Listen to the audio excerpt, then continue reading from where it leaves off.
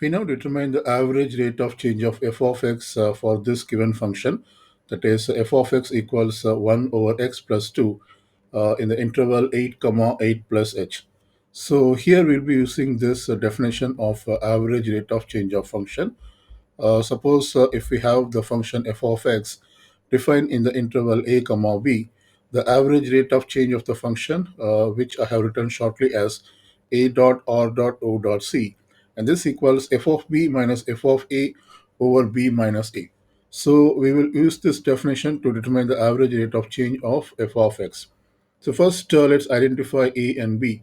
So we can identify that in the given interval, that is a equals 8 and b equals 8 plus h.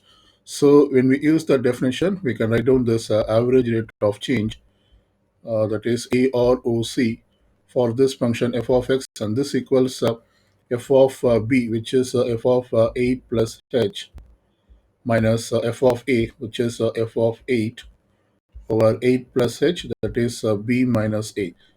B is 8 plus h minus a is 8. So let's calculate this. We have to find f of 8 plus h first.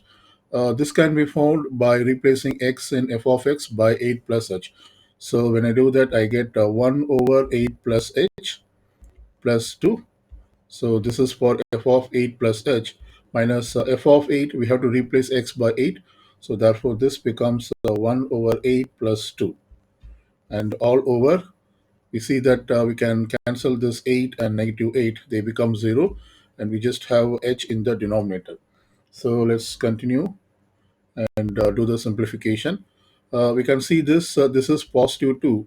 And this is, if you distribute the negative, this will become, excuse me, negative 2.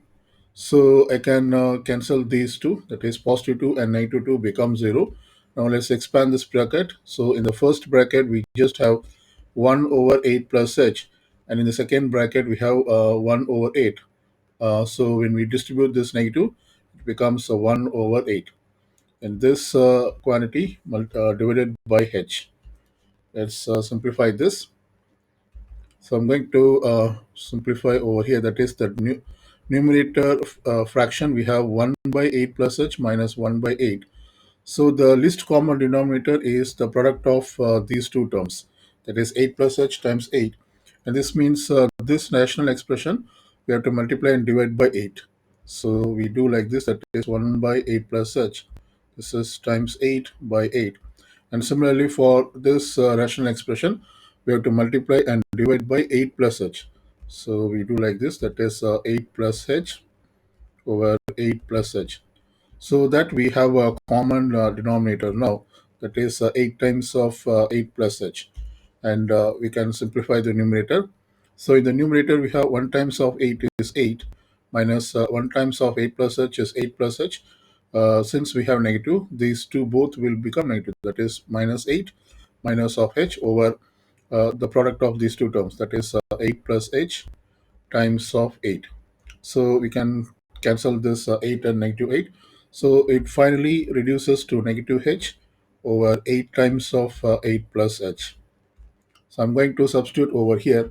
That is, when you simplify this expression in the numerator, we got this one. So we put over here. So therefore, this becomes negative h times of 8 plus h. And then we have to divide by h, which we can rewrite as multiply by 1 by h.